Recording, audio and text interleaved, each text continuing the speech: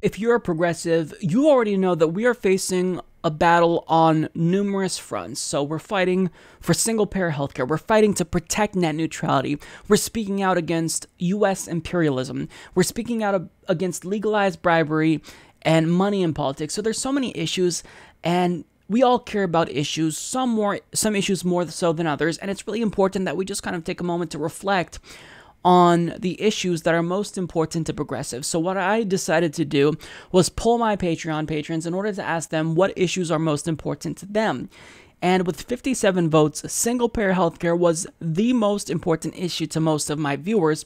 Coming in second was other, and I'll tell you what they talked about, and I think they make a phenomenal case about how I left out one really crucial option.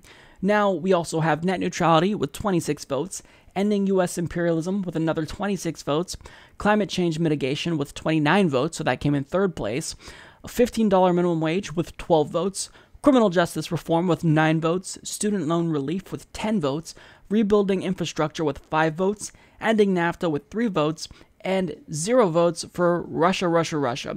Now, there's kind of a theme here. They don't necessarily care about the Russia story because all these other issues that they voted for disproportionately impact them. This has a real impact on their lives. So getting to their comments and what they care about, Nabil Siddiqui states, reversing Citizens United, getting money out of politics will help further progressive policies. Ash Sanera states, while the rest of these issues are extremely important and issues tie in together quite often, I couldn't decide between climate change mitigation and getting money out of our political system. If forced, I suppose I would say climate change mitigation is more important in terms of impact, but getting money out of politics may be necessary if we are to reasonably expect us to get the climate change policies we need. So in chronological terms, I would say money out of politics. Doug Fultz states, getting big money out of politics. Spencer Eek states, as someone said, money in politics affects everything. We can't hope for significant policy progress without fixing this first.